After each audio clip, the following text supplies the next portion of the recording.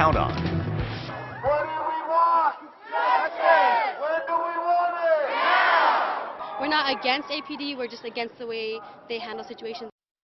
What started out as a peaceful protest against the Albuquerque Police Department escalated into full confrontation that lasted well into the night. Demonstrators marched up and down Central Avenue, calling for more accountability and a review into the department as police in tactical gear worked to control the crowds.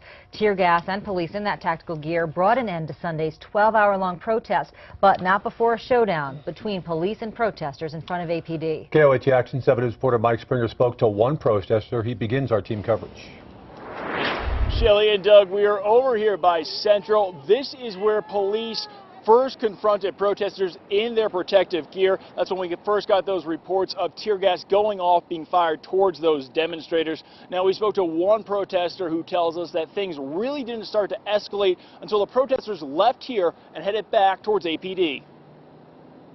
Alex Sanchez's first protest is one he won't soon forget. Eyes are burning, and I was like in the middle of an intersection coughing up I don't know what I was coughing up. He was one of about 100 people out in front of APD late Sunday night. They were part of a 12-hour-long protest sparked from public outcry over APD's shooting and killing of homeless camper James Boyd.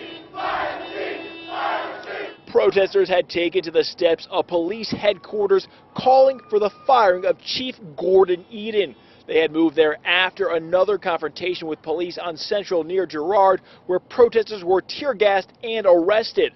That's when police, wearing helmets and gas masks while carrying shields and batons, began to surround protesters again. They started arresting people, started sitting people down. Sanchez admits some protesters did confront police, but says others followed APD's commands even though they were still gassed. The gassing that they did at the protest was unnecessary. A lot of the stuff that they do is unnecessary. Chief Eden defended the gassing. This did not become a lawful protest. Despite what happened, Sanchez believes the protest was a success. People are just angry.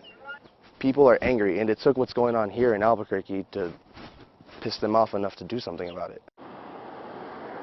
And then those protesters who left 4th and Roma, they ended up going over to 4th and Central. That's kind of where the protest finished up, and the rest of them ended up dispersing at that point. That finished up around 12:30 this morning after about 12 hours of protesting. Reporting in Northeast Albuquerque, Mike Springer, KOAT Action 7 News. There were talks about another protest for today, but so far nothing has happened. 4 people were arrested during the protest. Casey Baker, Michael Moreno Ulibari, Jamie Newcomb, and Andrew Roush all face charges of disorderly conduct.